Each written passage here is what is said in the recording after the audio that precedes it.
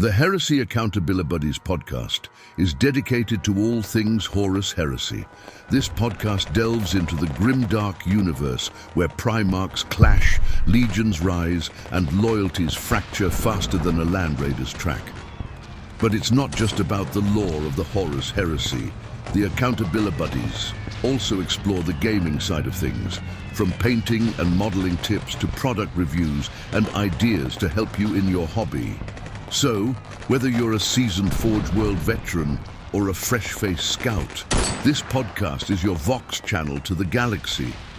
Expect discussions on lore, modeling, gaming, and maybe even the shenanigans that your hosts somehow seem to find their way into. Remember, in the grim darkness of the far future, there are only two things you can count on: Heresy and your trusty Accountabilibuddies. Hello, everybody, and welcome to episode 88 of the Heresy Accountabilibuddies Podcast. I am Duncan, one of your hosts, and tonight I'm joined by my friends who are... Dan. Jack. John. And our special friend... Lucas. All the way from Phyrix, coming over to join us tonight. We appreciate you coming on, buddy. Well, thank you for having me. Not a problem. Glad to have you here. And we'll take a moment here and pause for our sponsors and all that fun stuff. Do you love resin bases? Then go to our sponsor, Elric Hobbies, for all of your basing and basing accessory needs. Use code HERESYABB at checkout for a discount. Legendary Monument Hobbies. Monument Hobbies is a one-stop shop for all of your painting needs. Use code HERESYABB at checkout for a 5% discount on your purchase. Pop Goes the Monkey.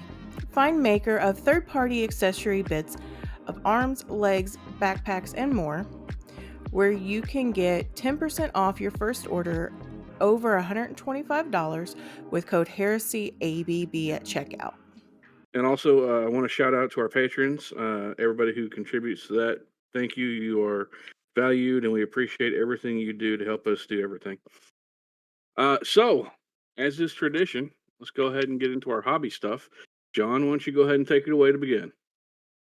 Yeah, so a few episodes ago I talked about the fancy new waterfall spray booth, and I wanted to make sure that I kind of stress tested this thing before anything else really came up. And so I've been painting through a lot of my Ultramarines backlog, and I did roughly 10 tubs of Marines to get them all base coated with the Ultramarines blue, just kind of troubleshooting through paints and making sure that this spray booth could learn some things and I could kind of see how it works in different areas.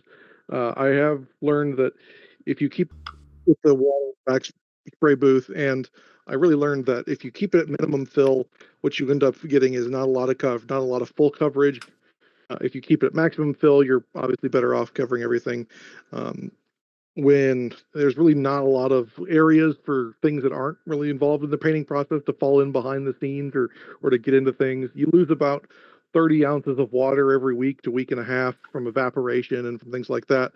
And the fan seems to work a little weird. When you turn it on, it's immediately at full blast, and then you crank it around to get it to the lower speeds. Other than that, I think it's really worth the investment. I've only had a couple of issues where the water would try to bunch up on one of the ends, and it would cause a little bit of splash around. But other than that, I really haven't had any issues with it at all. I don't have any blue overspray on any parts of my desk or anything like that. All of the blue is in the system itself. So kind of working through all those Ultramarines that I had kind of in my backlog to go through and make sure that I did those to kind of just stress test this thing and see what it was like. While I was stress testing this, I decided that the last batch of Marines was going to be the inductee, and I was going to try to change up my Ultramarines blue base coat and try out the new Monument Signature Series Ultramarines blue. And honestly, it's probably the best Ultramarines blue that I've had that I've airbrushed just out of the bottle. It requires a little bit of thinning, not too much, but for the most part, I was covering everything that I was spraying in one coat, whereas before it would maybe take 2 to 3 light coats of the other colors that I was using. And this is even counting the new Army Painter airbrush ready paint. Those are nice, but they don't have as much opacity and as much hue as the Ultramarines blue that Pro Acryl makes. So I know there are sponsors, but we wouldn't have them sponsor us if we didn't like their product. And I'm definitely saying that I'm going to be switching up how I paint my Ultramarines from now on and just using the Pro Acryl Ultramarines blue for all my base codes. After all the painting was done, I decided to work more on the Cobra Militia, so I got all of the Russes built. Before I'd kind of assembled them while I was helping Lucas run an event, and left off all the turrets and some of the extra pieces to be clipped on. So I got the barrels for all the Russes mounted, and then got all the machine guns set up and got those drilled out and then dropped in. So all of the machine guns, all the autocannons, and the Vanquisher turrets are all set up and ready to go. So I'll be starting priming those this coming week and hopefully get everything finished for Lucas's event that he's going to talk about a little later. That is everything I got accomplished with our nice holiday last week for America. What about you, Dan? What have you been up to? I've been watching a lot of football. There's lots of tournaments going on. The one thing kind of hobby related I did is I for the first time ever, I've had to get a room to go to Adepticon next year. So rooms went on sale since the last time I've been on a recording. So I did book myself a room. So I'm all set to actually have to pay money for that for the first time. But excited for the new venue and to see how that goes. I guess the new venue is like 10 times the size potentially, including the offsite. So I've been up there before they redid it when Gen Con used to be up in Milwaukee back in the day, and it was called Mecca. And so I know how big it is and how some idea of it. So yeah, that's it. No real hobby otherwise. I've been being lazy. So with that, we'll move it on to, let's say, Brian. What's up, Brian? I got a new miniature storage case in. It's one of those Table War magnet cases, the full size, in the spiffy new black on black color with black trim and a black body. Unfortunately, I had a mispack situation. Instead of getting 4 of the wide trays, I got 6 of the wide trays and none of the small trays. But I think I'm just going to work around that and turn the normal base that you would slide into the racks one solid piece of metal. I think that'll just work better for what I have going on, which in theory it should fit all of the Alpha Legion, a bunch of Battletech stuff, probably some Drop Fleet Commander stuff. We'll see how much I can cram in there.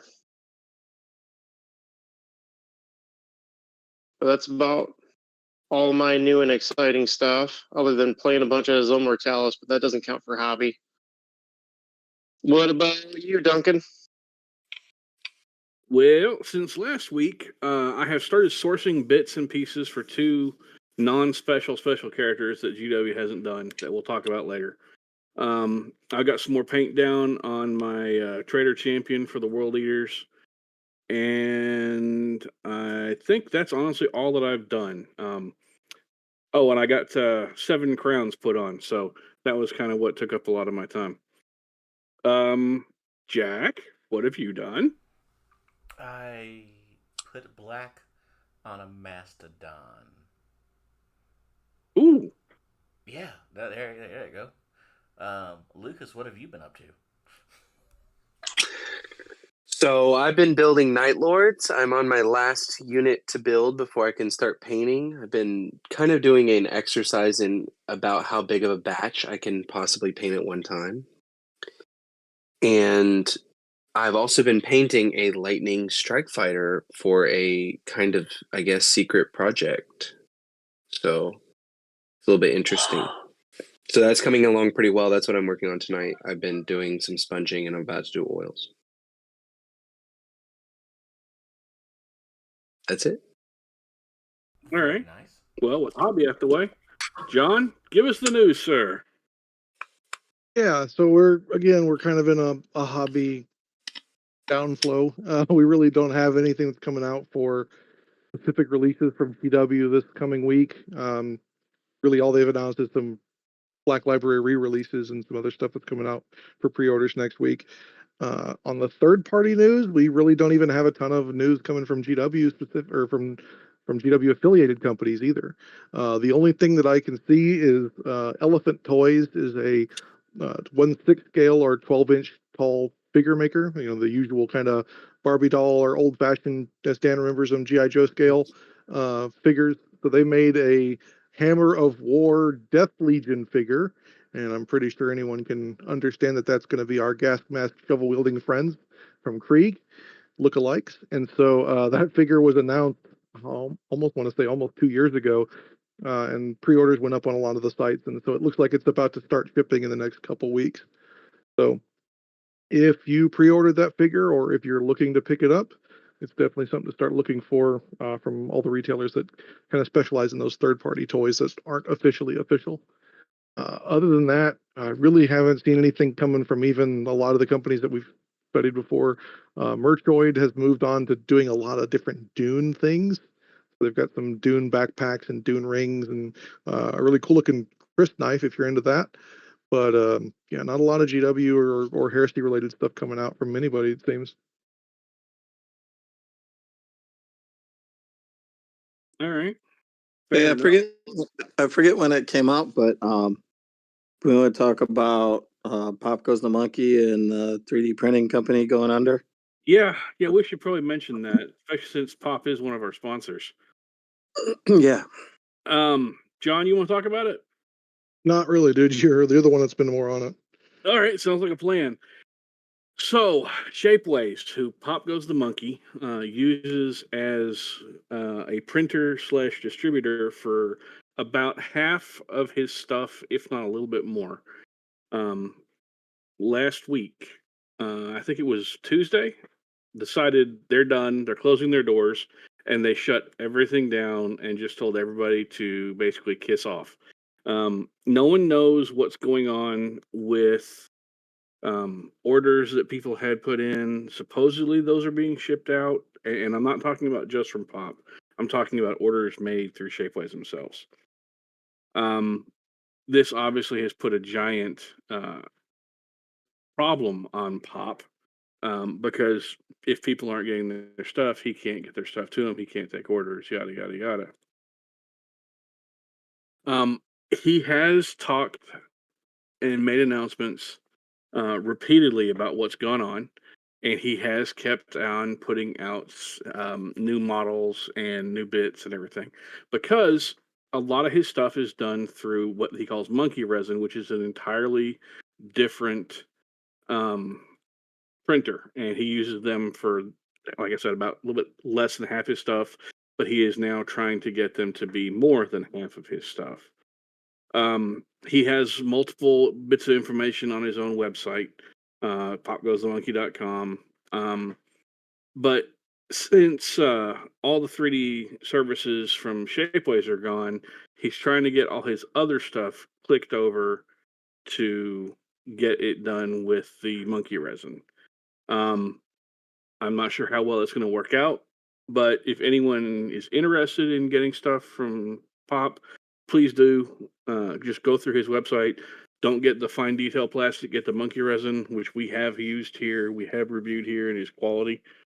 Throw him some love if you can, if you feel like it, because he's in a bit of a spot and he is trying to do a solid for himself and for the community as a whole. That said, Shapeways, they can suck a dick, because they didn't even tell any of their employees. They just shut their doors and kind of said everyone can go pound sand. Well, I think one of the best things about it is literally the week before on their Facebook page, they were advertising sales for stuff.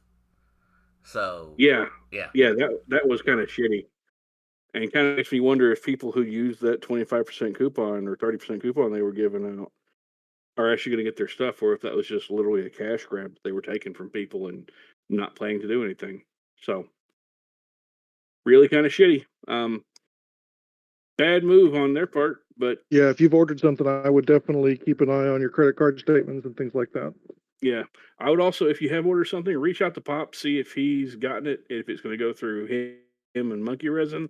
And if it's not, if it's going to go through Shapeways, I would reach out to him, make certain he got paid. Otherwise, if he didn't get paid, I would go ahead and cancel it, charge it back to him, because they don't need your money if they're not going to ship you your stuff. Yep. That said, like I said, he is working to get all his stuff moved over to that monkey resin, and he is putting out new stuff. And from my understanding, he is going to continue putting out, as he has been showing them, putting out new minis, new bits, advertising his stuff. And he has announced he may start selling STLs of his files. So we'll see what goes on there. And that's all that's fit to talk about in the world of pop. Other than we do have a bit of a special thing going on with pop that will go on with us as a whole, doing an eventual giveaway, but we're not to that point of announcing that yet. So that's coming in the future. Worry not, more fun, cool stuff coming up. And that, I believe, covers the end of the news that's going on. Anybody else got anything to bring up? Nope. Nope. Cool. Lucas, our friend, our brother, our longtime collaborator. Good to have you on here. Yes. Well, like I said, thank you for having me on. It's been a hectic post-Adepticon season. That's but understandable.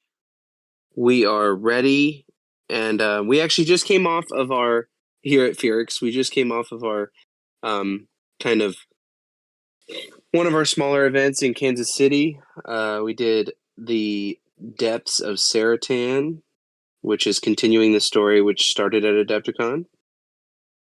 We had about 20 players at the Cardboard Corner Cafe in Kansas City, which is a sick venue that has a like sweet waffle bar and an actual bar that will bring drinks and food to your table, and it's really cool.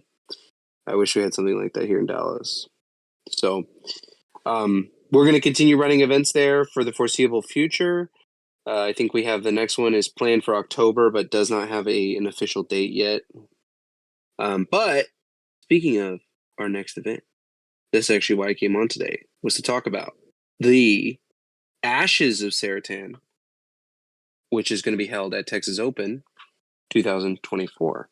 So Texas Open is August 22nd, 23rd, and 24th. So it's at the end of August. It's going to be held at the Hyatt Regency at DFW Airport. So it's a very easy place to get to. We're going to be doing Friday, Saturday, and Sunday. So we've got 3,000. We have a mega battle on Friday. That's in the evening. We have 3,000 points on Saturday during the day. You can actually choose to play 3,000 point frontline or 1,500 point Zone Mortalis during the day. And then during the evening, we're going to do our kind of signature mega Zone Mortalis, which we've been tuning even more. The newest version of the rules for that is about to go live. I'm going to put it out this week, along with the player pack for the event. The only thing that is restricted at this event is there are no named characters, no unique, no models with a unique type. Instead, we have our own kind of system called the Phyrix Character Forge, and that basically allows you to create your own character, which is kind of what we try to push. We want people to forge their own narrative, create their own characters. And so it's basically like imagine like console upgrades for your Praetor. I've been on here, talked about it before. I'm sure a lot of your long-time listeners know exactly what I'm talking about. But that'll be fully in play. That's pretty much it. Tickets are available at texasopen.org. They are $80 for all 3 days. I'm sorry, I didn't talk about Sunday. We're going to be doing the same thing we're doing on Saturday and Sunday. We're going to do 3,000 point frontline or 1,500 point ZM. So you got 2 rounds on Saturday, 2 rounds on Sunday. Yeah, sorry. It is 3 days. Okay, I feel better about that. Yeah, that's pretty much all I got to say about it. We should be wrapped up around 6 o'clock on Sunday. So, if you're not driving too far or if you're flying out, you should have plenty of time to get back to where you're going. Makes it nice and easy. There is a hotel room block on TexasOpen.org as well. So please utilize that if you need it. Overall, it's going to be pretty legit. What's the story up to this point? Great question.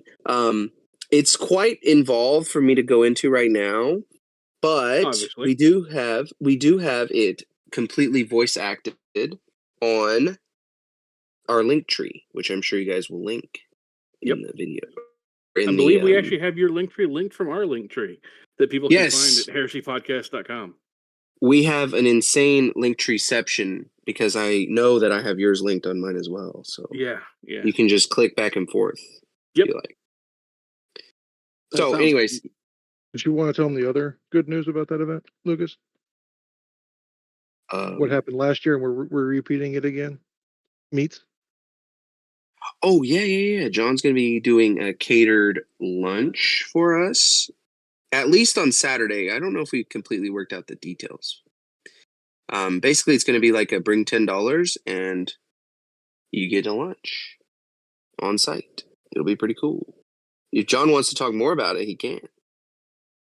Yeah, I'm trying to figure out what meat right now, but it will either be last year we did pulled pork sandwiches for everybody at the late night ZM event. Oh yeah, we did it at late night last year. I think we're gonna do lunch this time. Okay. More details will come out about that, but yeah, we're definitely gonna have the excellent John Christensen's meat at the event in more than one sense. That just sounds like a great thing to have. That sounds kinky too. Exactly. So, anyways, like I said, we had 40 tickets available. I think we're down to 22. Last time I checked, we had 22 tickets left, but good news. If we sell out, I'll just add more tickets. We can support quite a bit more players than that. So we'll just keep adding tickets until we sell out, or until they won't let me add tickets. Well, hopefully you sell out again and again and again. Yeah, the goal was to have 50 tickets available, but we have 40 available on the website right now. If we sell all those, we'll add more. That sounds good. Do you have any other events coming up this year? We only have some small one-day events here in Dallas. We have those scheduled every month. If you are local-ish or just want to travel for like some small stuff, we do, like I said, we do those. They're a little bit more low-key. We don't have as much prep, I guess, put into them. They're really just a game day with, an excuse to get together with the boys. Those are available on North Texas Horus Heresy on Facebook or on our Discord, which is linked in our link tree. Well, I like this. I think this is cool. And I look forward to going back and listening to more of the story so far, because I'll be honest, I've slacked on that. I need to keep up with that better. That's okay. New episodes come out. Pretty much every time we do an event, we'll do a new episode, but usually they come out pretty close to when the event is. It's just the nature of these kinds of things. So we will have I don't actually think the latest episode for what just happened in Kansas City is dropped yet, but it will drop before the next event, and it will be narrated by the lovely JP. Gotta love it when JP narrates stuff. Yeah, some of it we had narrated by Baldermore, and now we've been getting JP to do it. As long as I can keep conning him into doing it, we're going to keep having him. JP, please keep helping out Lucas. We all appreciate it. Yeah, he doesn't mind. He's a really cool dude. So. Yeah, he's awesome. Okay. So that's pretty much it. I'd love to see you guys there. The bigger success these are, that means that we could maybe take the show more on the road. We've been kind of talking about that. Right now, we just do the big one at Adepticon, but if we can get, we can start making these pretty successful with like higher player counts, we can start to maybe take the show on the road to other places. Well, that's awesome. I'd love to see you all spread out and do more. Yeah, that'd be awesome.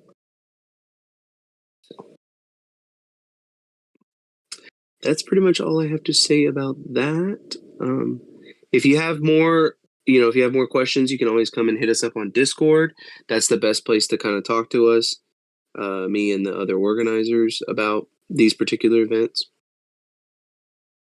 And where can they find a link to your Discord, sir? In our link tree. Ah, that's awesome. Right at the top. That's great. Yeah, I think we're going to be running another contest for Discord membership pretty soon. So we'll do like a little bit of a membership drive, and then we will give away some stuff. Probably, I don't know if I'm supposed to spill the beans yet, but probably from Elric's Hobbies. That's awesome. Elric's good people. Yep. All right. Well, sir, I hope everything goes exactly as swimmingly as you need it to for the event. And I look forward to hearing about your next giveaway. Thank you.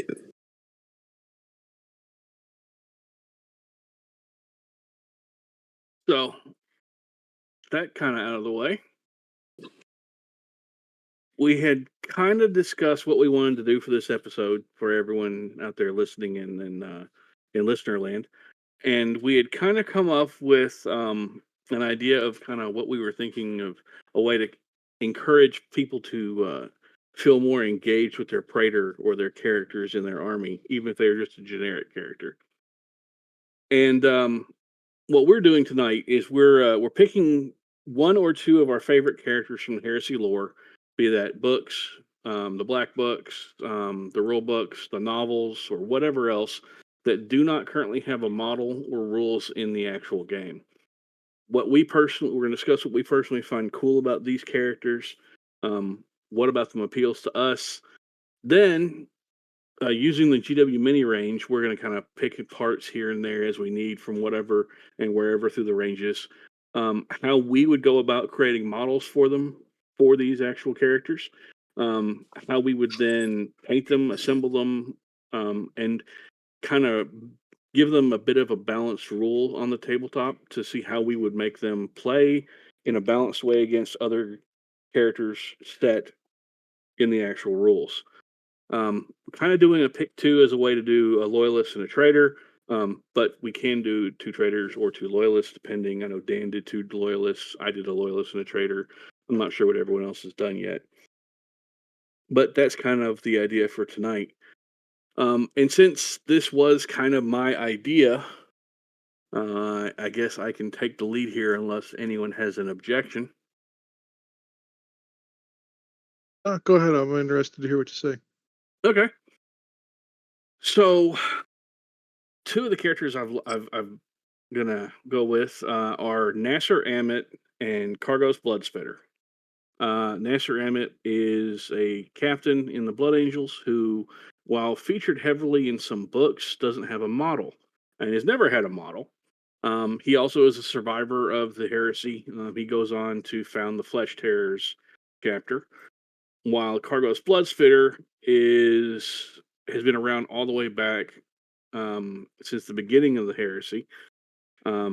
He's formerly an apothecary who grows into kind of a lord, kind of a warlord, and also somehow survives the heresy, although that's not really quite certain anymore. And he features heavily in the Siege of Terra. And actually, Nasser Amit and Cargos Bloodspitter were chain brothers in the pits in the World Eater. Right. So, as I said, Nasser Amit and Cargos Bloodspitter were in the before the heresy. They were chain brothers, and that's kind of discussed during the siege.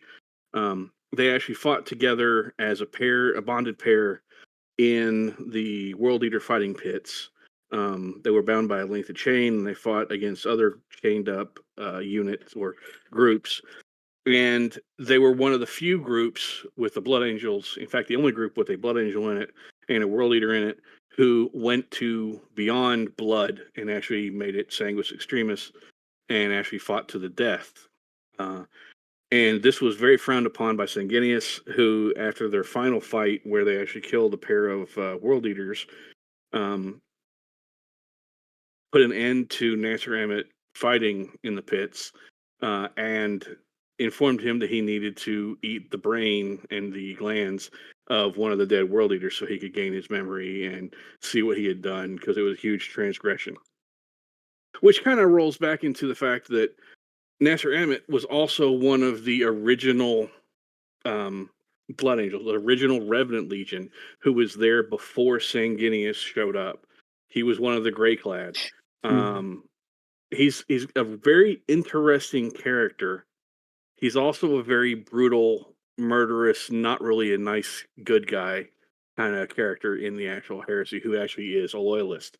I highly recommend anyone who gets a chance to go read up in his in the Blood Angels books about him, or book about him, and read the Siege about the novel by ADB featuring him and featuring Cargos, because it's honestly, the fluff there is just phenomenal, showing the bond between these two characters. And Cargos used to be is called Bloodspitter, because he, as one of the champions in the World Eater arena pits, had a habit of spitting blood into his opponent's faces to blind them before attacking them, and prevent them from being able to hit him. He's not quite as good of a champion as the champion of the pits, whose name is immediately falling out of my head. Delvaris was, but he's also a very well-known fighter. He was also part of Karn's command squad, being their apothecary. And he's just an overall, all-around, dedicated and thinking member of the World Eaters, which, as obviously all of us know, most people don't think in the World Eaters. They just allow the nails to run rampant and do their thing. But these two characters also have something that a lot of other characters in the novels don't, and that's they have official art. Nasser Emmett has kind of an angry old man head in a piece of artwork from the Black Library, where he's standing back to back with as Kellen, and in that he's standing there in kind of unadorned Mark IV armor. He's got a 5-day scruff of beard. He's got a really high widow's peak.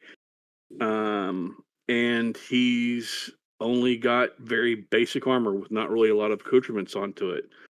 So the way that I decided to build him was a little bit of cutting and everything is going to be needed for the character, because it's not just generic armor. He's you get a set of Mark II legs, because in the actual artwork he has Mark II legs below the knee. So get the Mark II legs, cut them off at the top of the knee pad, stick those to a set of plastic Mark IV legs from knee pad up to the belt. Then you get the torso, arms, backpack, and shoulder pads, as well as kind of generic accessories. I'm lucky that I have a lot of the older Mark IV Marine sets around, and I can use those, but that's where I would get the parts for, is from the older Mark IV Marine set. Then I would get a dagger, because as the Flesh Terror, which is Emmett's nickname, he used a kind of a rending, flaying, skinning dagger. So I would get the dagger hand and dagger from Baron Asherhaddon with the Sons of Horus to represent his flaying blade dagger. And I'd cut off the back of that dagger head to make that dagger uniquely Nasser Emmett. Then I'd get the Mark IV Commander head that from the command set that's available from GW's website, and I'd kind of scrape and shave that head, because it looks like an angry head already, because it's open and kind of yelling, and I'd kind of give him that really high widow's peak. And then I would get the sword from GW's Trader Champion, because his sword literally looks kind of like a generic sword, just with a little bit longer handle. So that's what I'd do for him model-wise. Now, how would I build him in rules wise for it to be a little bit different from generic Praetor? Likely, I'd just make his sword be a one-handed perdition blade. And his dagger I would represent with like a close combat weapon with +1 initiative when used on its own. And I'd give the dagger breaching 6. And I'd probably give the perdition blade rending 5+. Rules wise, I would set it to where he's a duelist. To where if you use the two together, obviously it's gonna give him +1 attack, and I would give him Murderous Strike 6 in a challenge. I think that's something to represent him fighting challenges, fighting in one-on-one combat. Because throughout the books and throughout his fluff, he's never really that much of being the best leader, but he is a consummate fighter. So for his personal rules, I'd drop his leadership to 9, and I would probably give him Stubborn. That way it represents his dogged determination that he never really gives up and he always tries to do everything. And he just kind of is a solid guy who doesn't go anywhere. For a warlord trait, for him, I would give any unit that he's attached to Hatred Traitors and Fear 1 to represent them being the actual command group that he actually leads, who have a pretty brutal reputation during the heresy, before the heresy, and even after the heresy with the Flesh Tearers. Kind of make it a Flesh Tear legacy. So that's what I would do for Nassaram. And I'm not going to go into Cargos for now, so I'll go into Cargos in a bit. Someone else throw their first one up. Talk about them. I'll go ahead and jump in. And I'll take. So I have one is more the concept of the character than the actual character itself. But the character in the books is Dacrobaris, but the concept is the Blood Angels Wardens, and he's the High Warden. And so the Wardens are black armored chaplain types of the Blood Angels. It's talked about a lot in Fear to Tread, actually, where is what I've read, where it digs into it.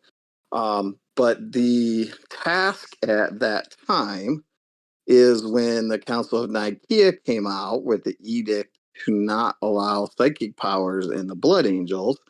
The official duty to do that was given to the wardens, and Dacrobaris is the High Warden of the Blood Angels at that time, which means he kind of has command of all the wardens. So they're like the internal police squad, as I see it, for making sure that they are no, I guess, rogue psychers in the Blood Angels forces, which turns out there is, which leads to an interesting dynamic there. But I just like that concept. As far as a model goes, this one I think is pretty easy to me, because I think I start with the plastic 40K Blood Angel Chaplain with the wings. Really cool model. And, I don't know exactly what I'd tweak it, but I'd probably put maybe a goblet in his hands, because they do talk about the blood right some, and these would be the guys doing that. The other thing that I think in the story draws me to the concept of the wardens and playing them on the battlefield is I also think that it's hinted at, but I think at some point they understand what's going on a little bit more, or are more into controlling and seeking out and trying to understand the bloodthirst, besides the psychic thing. And I think there's an underlying kind of neat concept of them being the ones that are, in the background working to find out the bloodthirst. I didn't really do a lot about how I'd play him on the table. Obviously, he would be a chaplain. I might just go as far as kind of go with the Praetor Chaplain console rules from Lucas's setup on the Phyrix side, because I think that kind of fits the concept of the High Warden there. So yeah, that's my first one.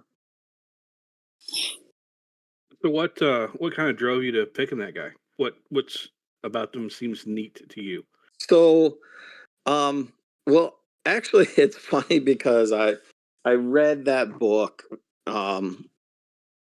in order, but coincidentally, right around the time I was writing my Blood Angel Force. I had already decided I wanted chaplain in there. I mean, a psyker in there and a chaplain. And so I kind of had a list written, and I read the book, and that dichotomy and that story of including both and having kind of, two guys that are on the battlefield, and narratively one is kind of going to have to hide what he's doing, or he's going to have to deal with the other one after the battle.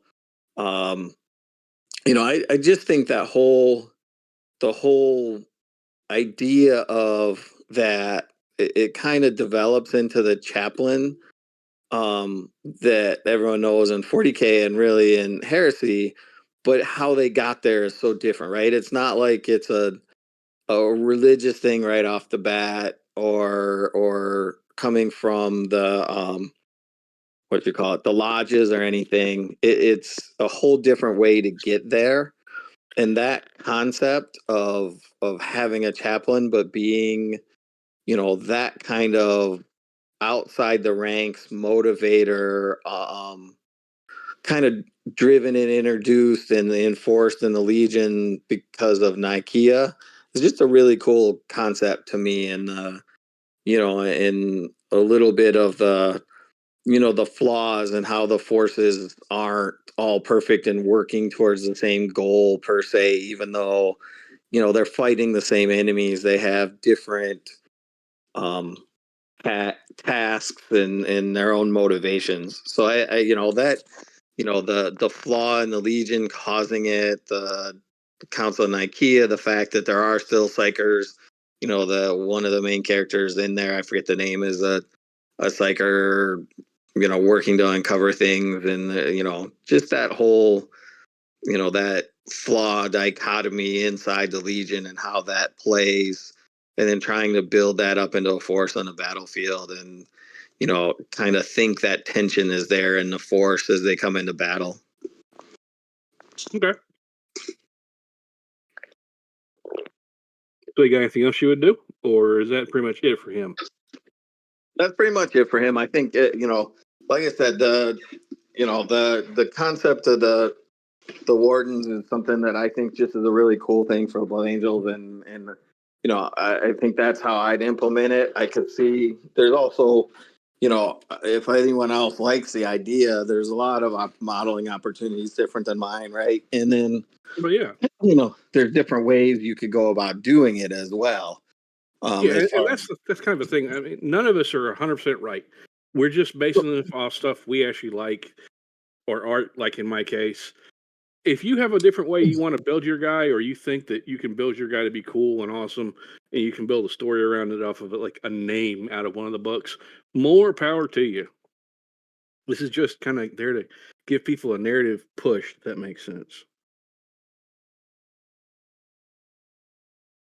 All right, I can go next, Duncan. Yeah, sure. Go ahead, John. So my first was Ultramarines Arion Merceror.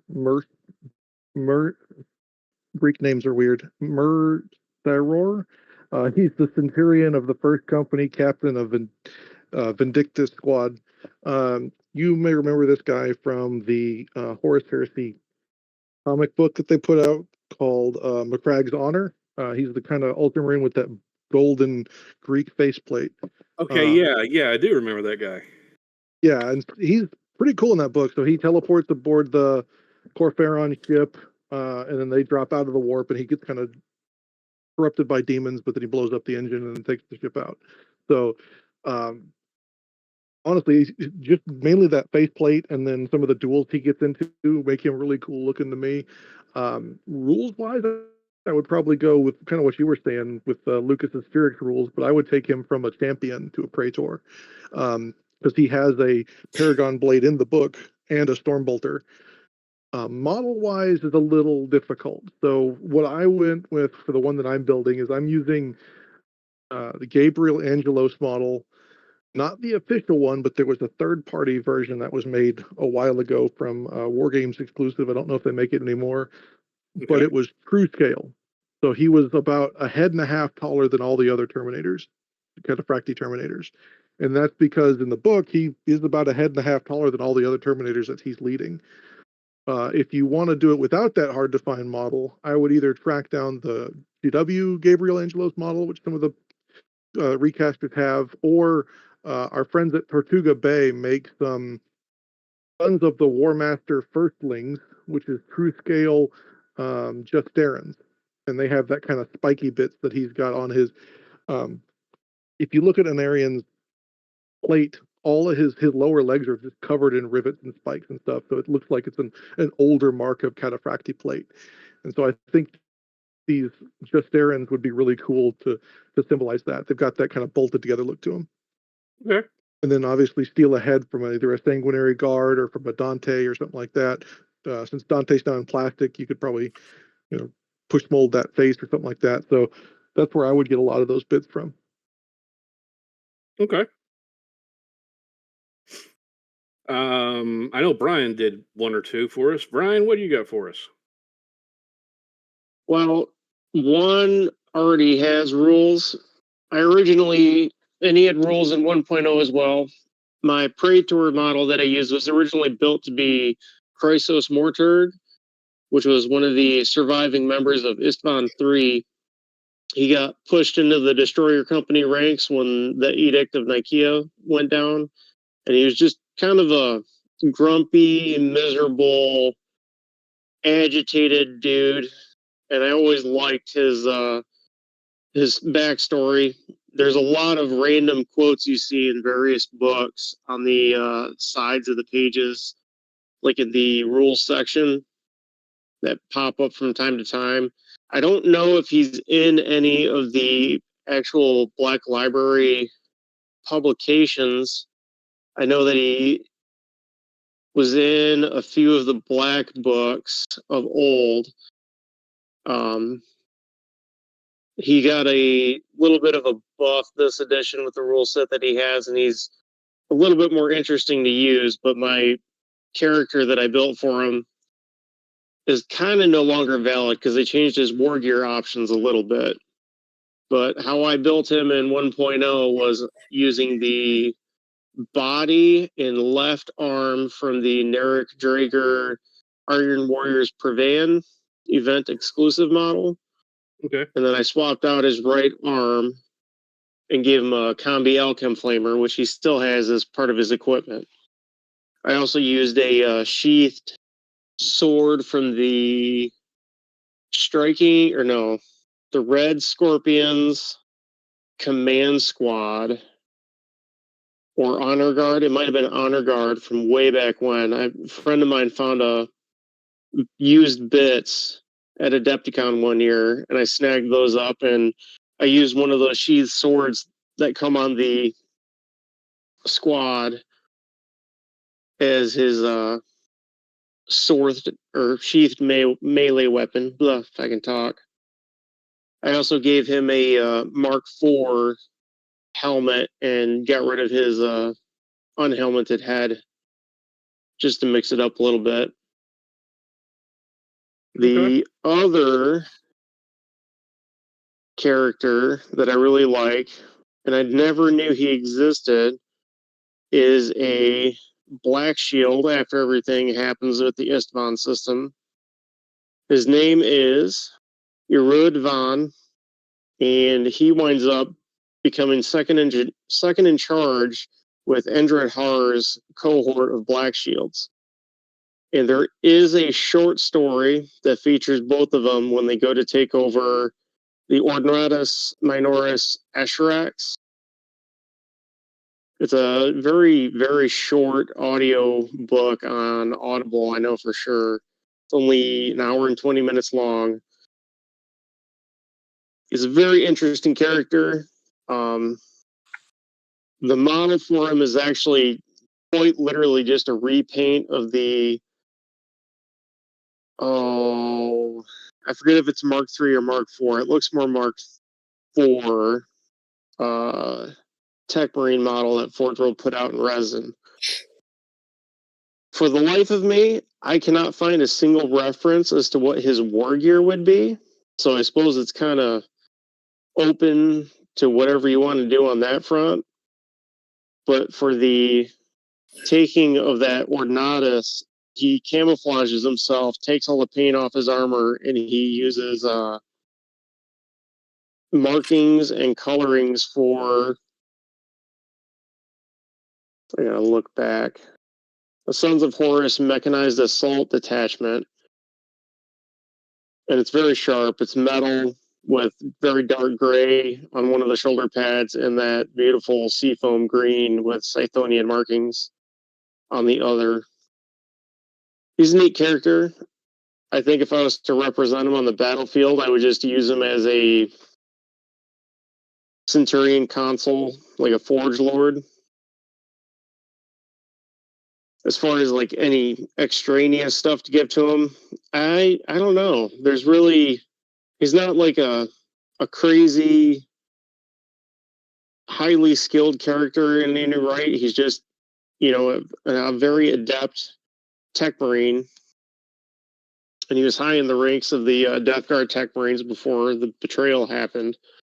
So I'm not sure that I would give him anything extra rules-wise to represent that, but yeah, that's about all I got for those two. Both very interesting characters. I'm digging it. I'd love to see Mr. Vaughn make a reappearance, but I don't think that's going to happen anytime soon, unless it's in a campaign book. Okay. Well, I guess at that point, I'll go ahead and throw my second guy out there. Obviously, the second part, if I'm talking about Nasser Hammett and Cargo's Bloodspitter, the second one is Cargo's Bloodspitter. Again, he has artwork that's official from GW. And his artwork is pretty much just him in a little bit oversized Mark III plate, using a chain axe and a bolter, and with one of the old Mark II heads. The Mark II veteran upgrade heads is what GW put him out as, and luckily I've still got a whole bunch of those knocking around somewhere in places. So for him, what I did, Mark III backpack, Mark III armor, get one of the World Eater Rampagers Eviscerator chain axe because his axe looks more brutal. Cut that down to one-handed in size and take the counterweight off the back of it because his is just a super chain axe. The other way I could do it is using a body from the standard bearer of the old Mark III command set and shave all the gubbins and awesome bits and bling on it because you want it pretty much bare on that guy. Get an Apothecary Narthesium for his left hand, cut the blade and the probe bits off of it. As later in the Heresy, his doesn't work anymore because he's run out of bits to use or medicines. He's run out of stuff to save Gene Seed, and it just doesn't work. Stick a bolt pistol from the Mark III plastic set on there. Shoulder pads from the old Mark III plastic set. And get a bit of hobby chain. Kind of attach a skull to it. Attach it to his backpack or around his waist, and kind of whirl it around him and kind of glue it to where it looks like it's doing movement around him, give it more sense of motion on the field. And that way it looks like he's moving forward because in his artwork, it's attached to him and it's kind of swirling around his back. So that way you kind of look like he's actually less static pose-wise. Rules-wise. So in the Siege, he actually, after Karn gets killed, he acquires Gorechild. So while I could give him the idea of having Gorechild on it, I don't think that's really a cool thing to do because Gorechild he only has for a very short time period. So I would just give him a mastercrafted +1 strength rending 5-up chain axe, because he doesn't have a special weapon, and he's never been depicted in any of the novels or fluff as having one. Rules wise, I would make him in a challenge. I would make opponents have to take a blind test before they can attack him, just because of his spitting blood at them, as he does in the novels. Um, and in the Siege of Terra, he gets knocked down and almost killed twice by Nasser Emmett.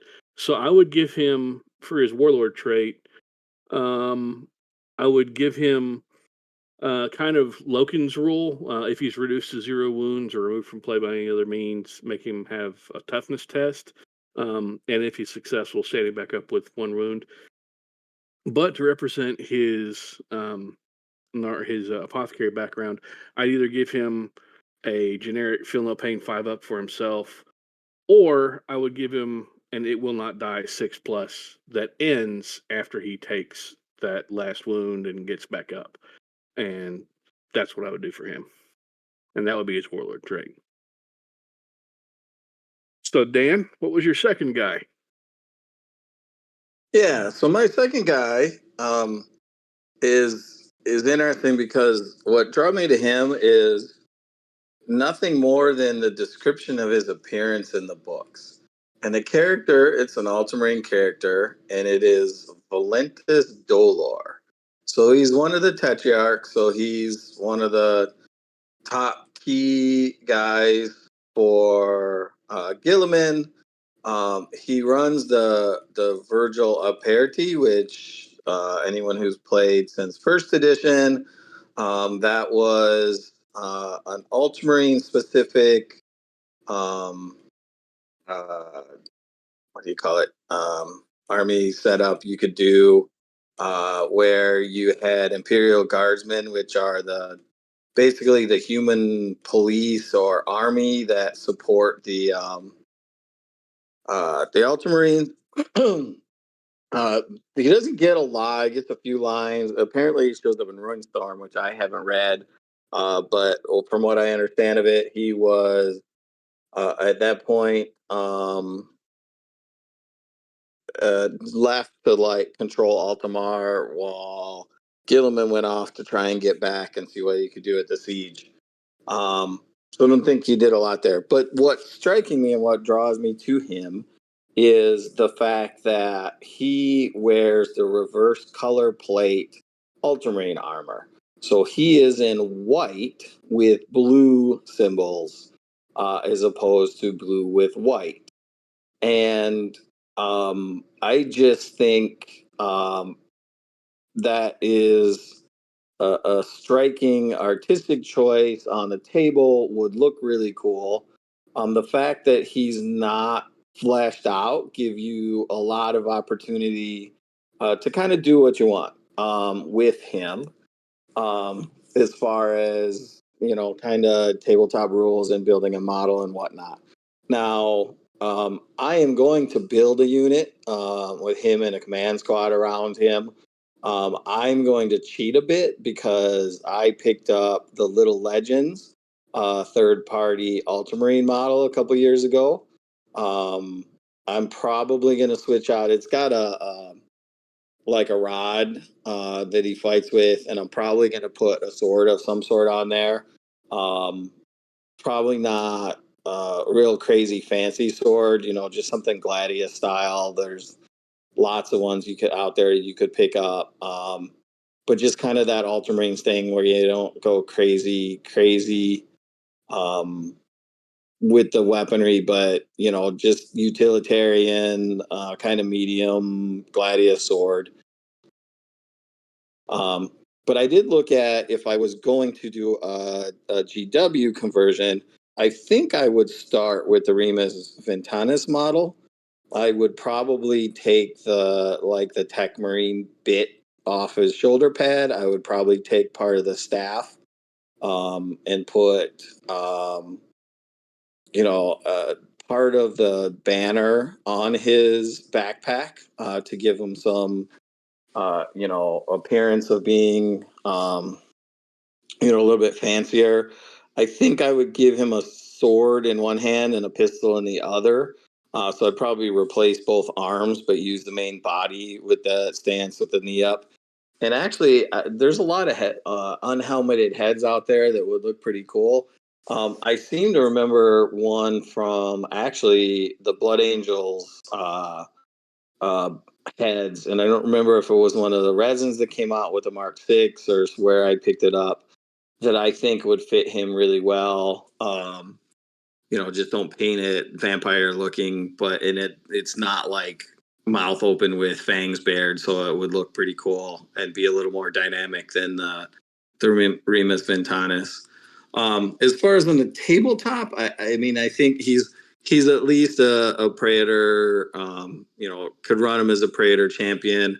I haven't messed around with it, but one of the thoughts I had was to play on that Virgil Aperti Rite of War and see if there's something you could do where give him uh, uh, some sort of ability that would boost maybe a unit or two or a allied detachment of guardsmen coming along with him. I don't know that I'm gonna play with that right away because I don't have models to do that. And I'm not sure. I think I'm going to build out a command squad, probably shields and swords or shields and axes. I don't think I'm going to use straight up suzerain though. And I think I would paint them the same where they're white with blue as opposed to blue with white. So you'd have all the rest of the blue ultramarines on the field and the one command squad unit with the white with blue on reversed. And the other thing that appeals to me is that, a lot of headcanon or speculation is that he's basically leader of a second founding chapter. One of them that speculated is the White Consuls. There's a lot of at one point they had said the White Consuls had twins as their initial chapter masters. So there's a lot of uncertainty there whether it is or isn't him. In my headcanon, I would say that twin thing is probably not true and that he is that initial founding chapter master of the White Consuls unit when they come around. And that kind of plays into that story and the artistic difference of being white with the blue armor versus the blue with the white.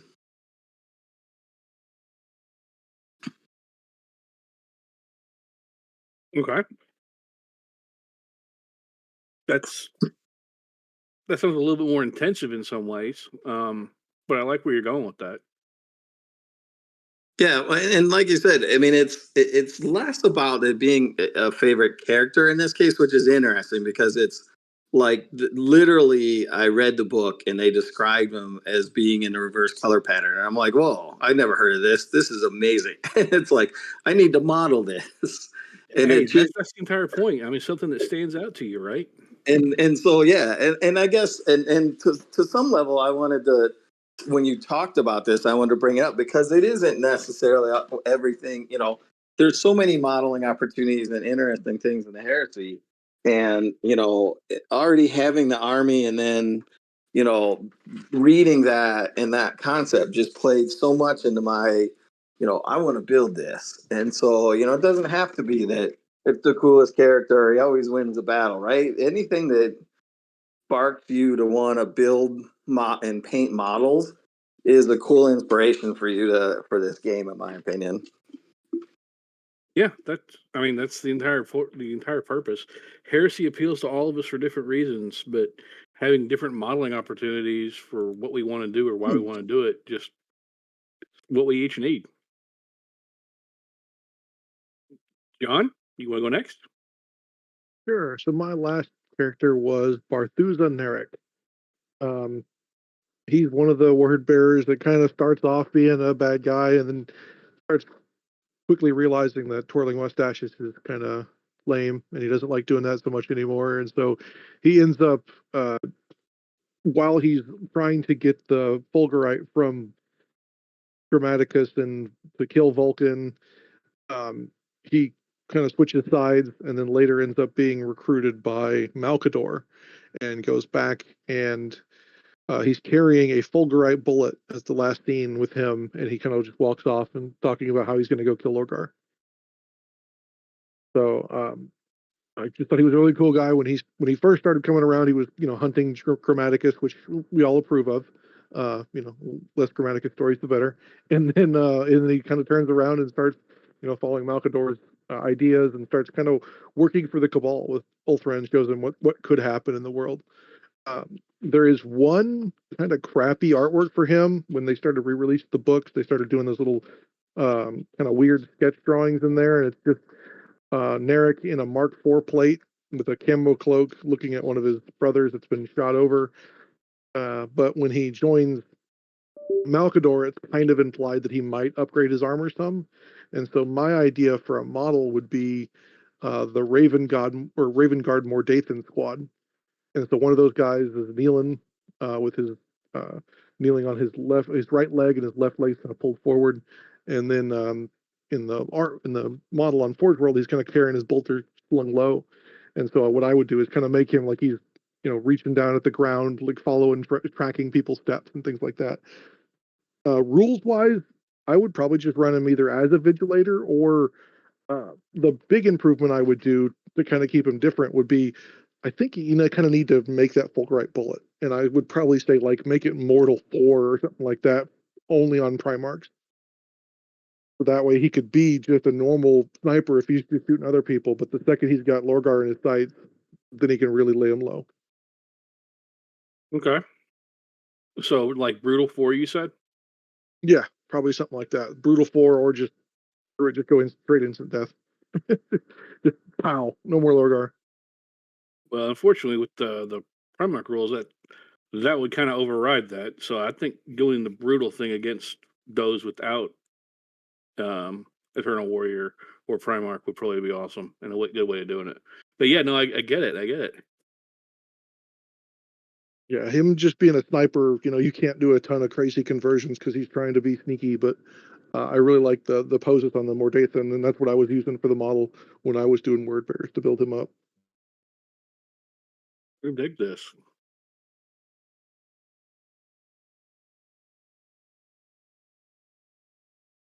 Everybody?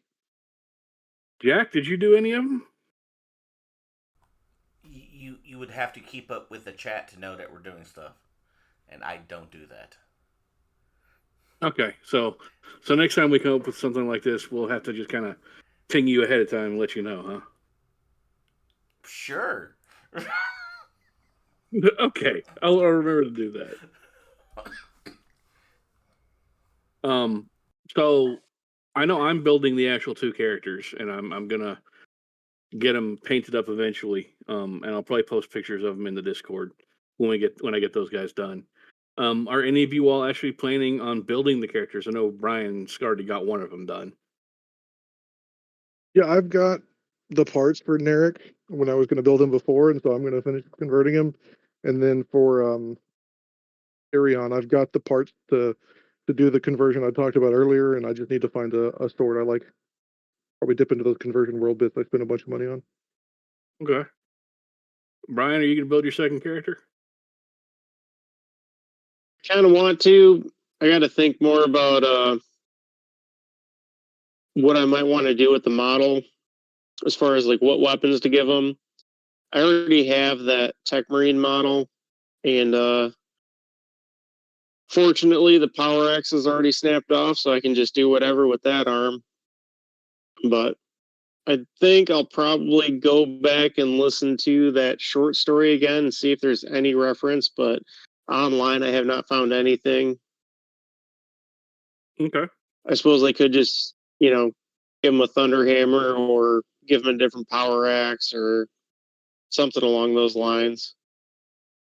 Makes sense. Dan, what about you, buddy? Yes. but they aren't near the top of the pile. What I'm going to work on in the near future. No, I get that. Mine aren't near the top Yeah, of the pile. no, Mine for either. sure. I absolutely want to build the Dolar for sure. I want to build, and paint up him and that command squad. At some point, I don't know if, when I get back to Ultramarines, and if that's, do I go for that at Adepticon next year, or, add that to my army, or when that comes about. But yeah, for sure. And, the Warden Chaplain is built into my Blood Angel list, depending on, who I run with it. I probably would not pretend he's the name character if I'm running with Sanguinius, for example, as the leader of the list. But if I'm running a no-name characters or a Phyrix game where I can pull the extra rules for Praetors, Consul Praetors, I'll probably, bring him out as that model. Like I said, I posted a picture up of the plastic model, but what I was thinking is, like, the left hand, put a chalice in instead of the pistol, and just have a pistol mounted at the waist. Still run them with the cool, the models. There's nothing in that model that's not a heresy model. Takes it out of being a heresy model. Other than really nothing, right? He really fits the aesthetic well enough for artificer armor on a chaplain. So, it's a cool model to build up and paint anyway. So yeah. All right. Anybody got anything else they want to discuss or talk about tonight? Or are we gonna pretty much tap it out and call it here? Well, so I did not. plug the Michigan GT again. Yeah. Hold on. Lucas was talking about something. Lucas, go ahead, brother. No, it's okay. So I did not prep a guy for your conversion hour, but I'm surprised no one said Nakona Shirokin. I think he's like a super cool Raven Guard character. I think it'd be really easy to make him with like a with like a Vigilator base, and maybe I think he has like crossed swords on his back. So I'm sure that would not be too hard to do find a bit for some sheathed swords and just put them behind his backpack. You could do and then do like you could do those Grey Knight paired blades if you wanted them out. Yeah. There you go. I was thinking he'd have the gun in his hand. That's the guy that defeats Lucius once, right? Yes. Yeah, he's kind of a Mary Sue, but he's pretty cool. No, that's one that ran through my mind as well. Honestly, I'm less likely to ever build that, so because I don't have a force to run it with. But I do love that character. He's, when John likes to talk about my age, and I remember the original GI Joe, and there was the ninjas were always a big part of that story, and he's the closest you get to a Space Marine ninja. And I love that concept. And, there's always that little kid that's like, oh yeah, that's pretty badass. The way he hides and jumps people, and, there's no such thing as a fair fight, right? He wants to take people out. He's a cool character for sure. Well, there's a reason they're used as tropes. Everything you liked as a 13-year-old is actually really cool. Yeah. There's also something else that's cool about him, and that's the fact that he actually has official artwork. Yeah. Yep. So people could use that as a kind of way to base how they build him from that. Actually, now you give me an idea, Lucas, because in my numerous things that I'd like to paint up and just have a diorama of is that Lucius Sherikan duel would be a really cool diorama to put together for a duel display piece. Dave Taylor did one where he's like perched on top of a lamppost or something like that, I think, way back in the day. Yeah. Kind of Batman style. Yep. Yeah, that'd be really cool. Yeah, there's also a traitor. There's a traitor Raven Guard, right? That like comes and hangs out with the Night Lords. Yeah, that'd be pretty cool. Get his tongue ripped out. I'm trying to remember what his name was. Yeah, I don't remember his name, but I really don't remember it, but yeah, he's only really featured in one book, or even in a short story. I think it was The Prince of Crows. He Yeah, shows I up think you're right. He a was couple like times because he can't talk. Okay. he was like embedded with them, right? And so Mhm. when He was everything captured by him, tortured by him. They ripped out his tongue, and then he kind of joined, kind of the whole. yeah, okay. What is it? Stockholm syndrome. Stockholm syndrome. Okay, yeah. Yeah. I didn't It's like remember the time. it's like a reek situation, right? Yes, it's Kind of like very from Game of much. Thrones. Yeah, that's what the vibe I got from it. Yeah. Yeah, he was. Sevatar is one who tortured him, and then he kind of just became a member of the what was it, Chiroptia, something like that. However you pronounce it. Yeah, Yeah. he became a member of that after the shattering of the Legion at the hands of the Lionel Johnson. I do remember that because they talk about the torture and it's more mental torture than physical, isn't it? Yeah, but they also ripped out his tongue. Yeah, but they're always like hiding in the shadows of his room and watching him and weird stuff, right? I think so. Yeah, he was definitely different.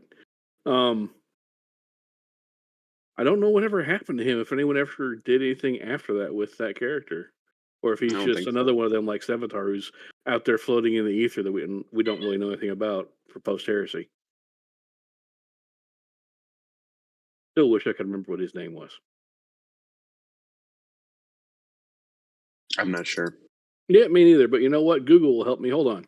Alistair Russell, called the Raven. Yeah, I would have never guessed that. Yeah, me neither. But it's kind of neat. So Yeah. and he also has official artwork. So that's another one of the cool things. Probably hangs out with the Night Lord by the name of Edgar. Yeah, he probably does. But one cool modeling opportunity on him is the fact that he's still got his Raven Guard artwork on him, and it's just smashed in, scarred over, or broken, so it shows that he's severed his allegiance to them. And then he's got a bloody handprint slapped over top of stuff to show that he's a traitor and working with the Night Lords now. So that's kind of interesting. Apparently they made a card of him for the Legion's card game. Cool. So That could be in Makes some neat modeling inspiration. they say Yeah, he's in Battle of Beta Garmin. That card game had a lot of cool artwork to steal stuff from. It Yeah. did. It did. The CG one, the computer one, and the physical one. Dan, you said he's in Beta Garmin, like the This says campaigns the agent campaign card, book? page 162, mutable tactics traits Raven card. At least I mentioned him in the article. Sided with traitors to ensure his own survival. You're looking at that on Lexicanum? Yeah. Interesting. I'll have to go back and read that. That's interesting. I'll have to do the same thing. But hey, I think Korak saw him and was disgusted by him, not just felt bad for him, but was actually disgusted. I don't know how much reek it is, and no way of really knowing, I guess. yeah.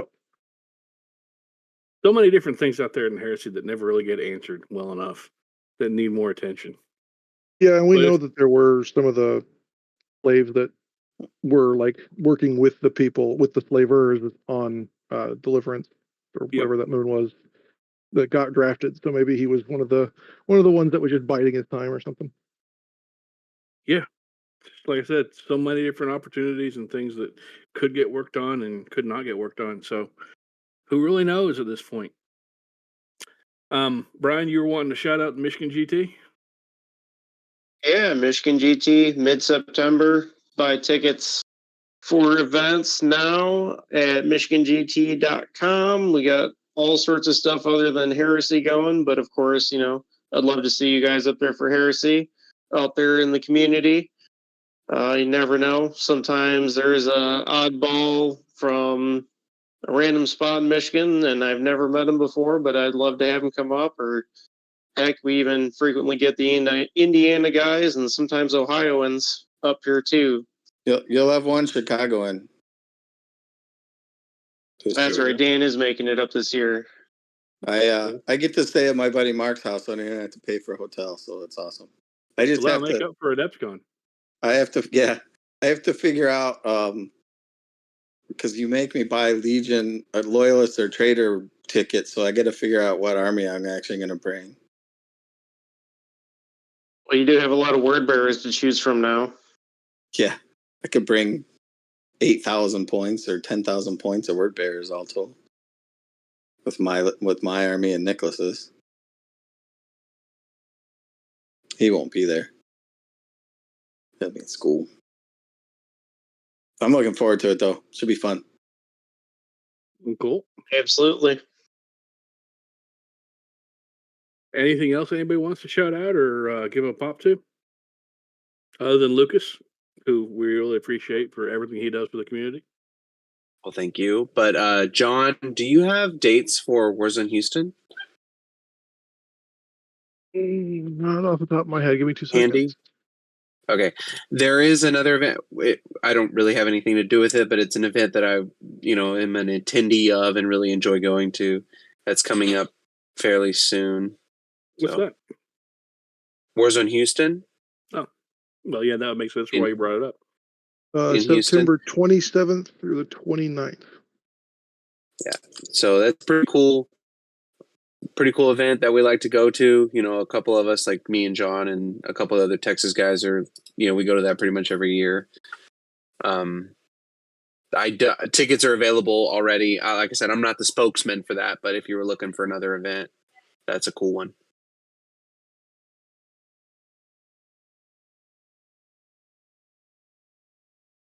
Cool. Well, at this point, I think we're about done with everything. So, everybody, thank you for joining us for episode 88 of the Heresy Accountabilibuddies Podcast. I want to go ahead and thank you, the listeners, for listening in. And I want to thank Lucas for coming on and talking about everything with us tonight. Remember to stay accountable to yourself, to your buddies, and to your hobby.